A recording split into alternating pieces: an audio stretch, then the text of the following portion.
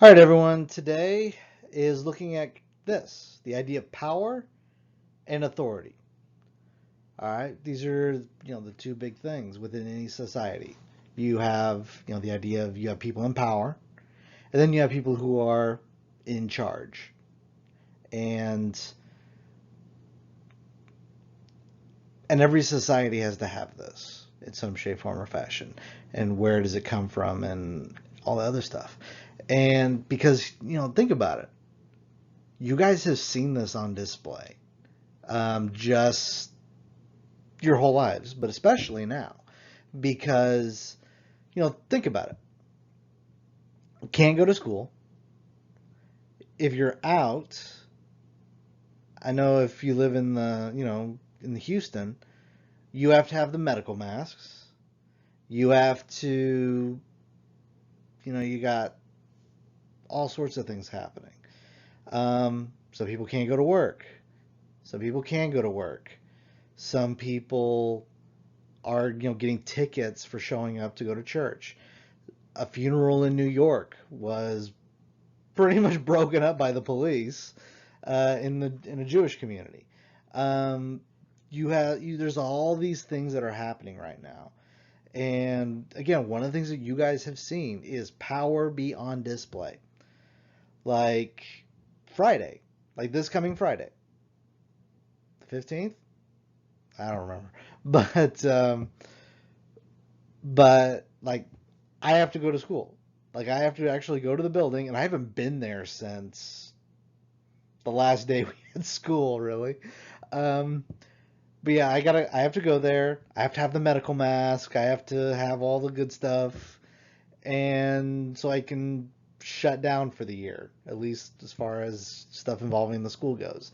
Um, and then I go pure. I work out of my home office, but again, these are these types of rules that we now have to live by. Someone has to enforce these rules. Because again, if I don't wear my medical mask and I go try to go to school on Friday, um, yeah, they won't let me in the building or whatever. I could conceivably get a ticket uh, from Harris County or HPD.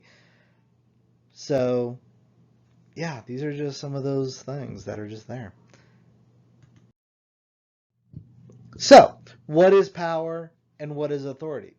So we got to go to Max Weber again because he is the guy that really started this the most. But really, what he did was he defined power as the ability to control the behavior of others, even, I would add, especially against their will. Now, there's two ways that you can do this that he outlined. One was personal appeal or magnetism. Imagine someone like, Robert Downey Jr. or someone, or someone that's like really cool and is like, wow, I adore you for no good reason. That type of person. Everybody's got one of those. And they just, you just want to do what they tell you to do because they're just that kind of person. And the other way is coercion, which I'm just going to force you to do it. You do what I tell you to do, or, I'll shatter your kneecaps or something like that. So those are kind of the two ways of using power. And defining the authority, um, or defining what authority is for him, this is the power that is accepted as legitimate by those subject to it. So, like for example, as much as I do not want to wear the medical mask, as much as I don't even want to go to work, go up to the school, I'd rather stay in my PJs all day. But again, the district has power over me. I view it as legitimate, mainly because they give me my paychecks. But again, these that's power, and it's legitimate because they pay my bills.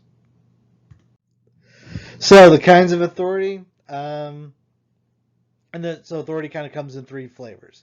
You got your charismatic, you got your traditional, you have your rational and legal.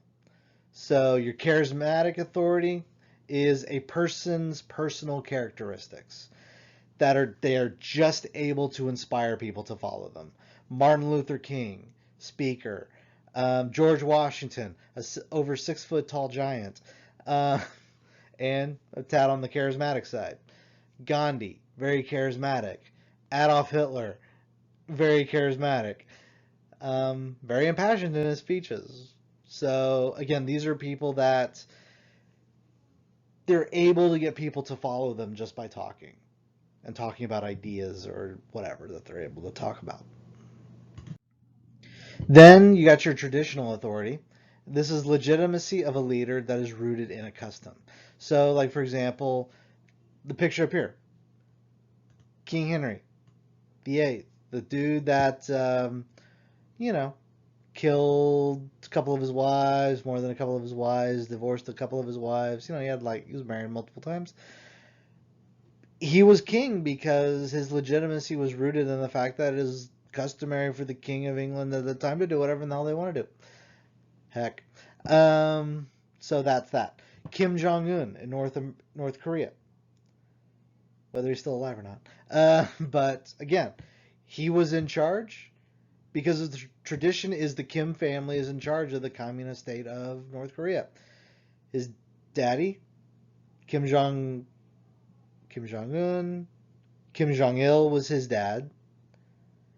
And then you had Kim Il-sung, his grandfather, who was in charge of Korea before that. So the tradition is there. Then lastly, you have the rational legal authority. This one is a little bit different. Really, the idea is this. Power resides in the office. In the office, this is the key. Rather than the officials themselves. So, like, for example, President Trump, his authority rests in the fact that he is in office. Okay? Before that, it was Barack Obama. Barack Obama used to wield a lot of power.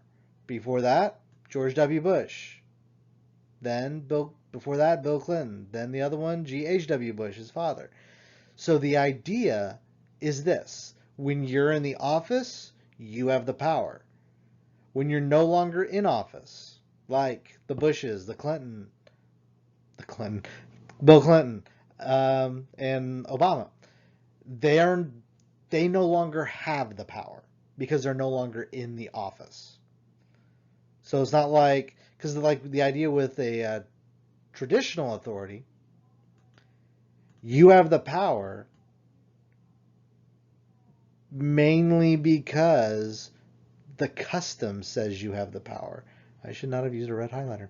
So yeah, there's that. And then before that, you have the charismatic authority. These are people that literally, they're the power unto themselves because they're just that charismatic. Like that cool, the cool kid in school. So what does this have to do about today? Again, kind of circling back around to the beginning. Just think about what's going on today. You have lockdowns. You have medical masks. You have governors putting people in jail because they're, or not governors, but mayors putting people in jail because of, what was the story I just heard? A guy was kayaking in the middle of the ocean. And somehow he was going to infect the ocean with coronavirus. So he went to jail for it. It was by himself, too. Like nobody for miles. You have what's going on in Michigan right now. If you haven't heard about that, I suggest you kind of look into that a little bit. And then because of some of these things that's been happening, you have these ideas. You have people protesting. And I'm sure if you've heard about them, you've heard kind of the negative slants and stuff. But again, that just kind of goes back to the idea of deviancy.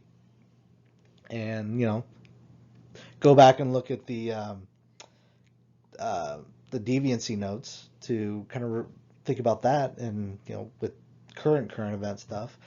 But you have these governors, mayors. I just finished something about the Federal Reserve and what they're doing. There's a lot of different things that's happening, And the thing is, you know, it's the power and it's the authority. Some people do not, quite frankly, don't recognize the authority of what some of these governors and mayors have put out there. They don't recognize it. So they're protesting, saying, Governor, Mayor, you do not have the right to do this. You don't have the power to do this. And these are things worth considering when you kind of look at current events and stuff like that, because it's really, really quick to make a flippant comment and go, oh, these people are just dumb or whatever. But definitely, and this is good for, you know, amateur sociologists, but even good for you guys in your personal day-to-day lives. Think about it. Pay attention. Actually take some of the stuff that we've covered and look at it, what's going on today. Because here's the thing, if you understand just the basics of what we've been talking about, you can actually see how things are unfolding, why they're unfolding the way it is, and you will never be surprised. Because that's one thing about what's been going on. Nothing has surprised me since the lockdown. Because I actually believe in the stuff that I teach. All right, that's it. Uh, After this, is I kind of left you a little case study. It involves China because China's fun to beat on right now. And I will talk to you next time. Deuces.